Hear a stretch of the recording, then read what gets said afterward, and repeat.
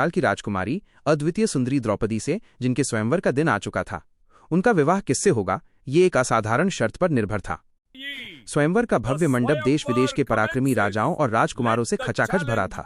शर्त थी लगभग असंभव, ऊपर घूमती हुई मछली की आंख में, नीचे पानी में उसकी परछाई देखकर निशाना लगाना था। एक के बाद एक बड़े बड़े योद्धा और शक्तिशाली राजा आए।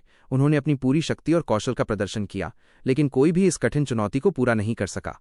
सबके चेहरे पर निराशा थी और द्रौपदी की आंखों में चिंता। तभी उस भीड़ में से एक साधारण सा दिखने वाला ब्राह्मण युवक शांत भाव और आत्मविश्वास के साथ आगे बढ़ा। सभी राजा उसका उपहास करने लगे, लेकिन उस युवक की आंखों में एक अद्भुत तेज था।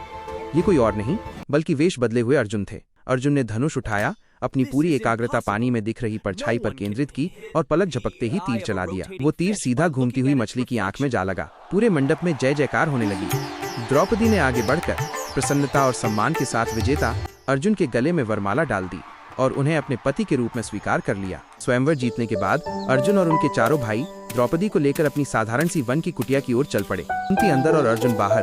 अपनी कुटिया के पास पहुंचकर अर्जुन ने दरवाजे के बाहर से ही उत्साह में अपनी मां कुंती को पुकारा, माँ देखो आज हम क्या अद्भुत भिक्षा लाए हैं। अंदर अपने काम में व्यस्त कुंती ने बिना देखे ही जवाब दिया। कुंती ने अंदर से ही कहा, पुत्र जो कुछ भी लाए हो उसे तुम पांचों भाई आपस में बराबर बांट लो। ये सुनते ही दरवाजे पर खड़े सभी पांचों भाई और द्रौपदी सन्न रह गए। एक पल की खुशी गहरे सदमे और असमंजस में बदल गई। पांडवों का विचार विमर्श, मां के वचन को झूठा नहीं किया जा सकता था। इस धर्म संकट पर पांचों भाई आपस में गंभीर होकर विचार करने लगे। उनके चेहरों पर अपनी मां के वचन का मान रखने की चिंता साफ झलक रही थी। द्रौपदी ने भी अपने भाग्य और उस वचन की शक्ति को समझा। उन्होंने अत्यंत गरिमा, साहस और धर्म का पालन करते हुए पांचों पांडवों को अपने पति के रूप में स्वीकार करने का महान निर्णय लिया। इस तरह एक मां का अनजाने में दिया हुआ वचन द्रौपदी और पांचों पांडवों को एक ऐसे पवित्र और अनोखे बंधन में बांध गया जिसकी मिसाल आज भी दुनिया देती है। ये कहानी थी धर्म, वचन और भाग्य के एक अद्भुत संगम की। ऐसी ही और वीडियो के लिए चैनल को सब्सक्राइब करो।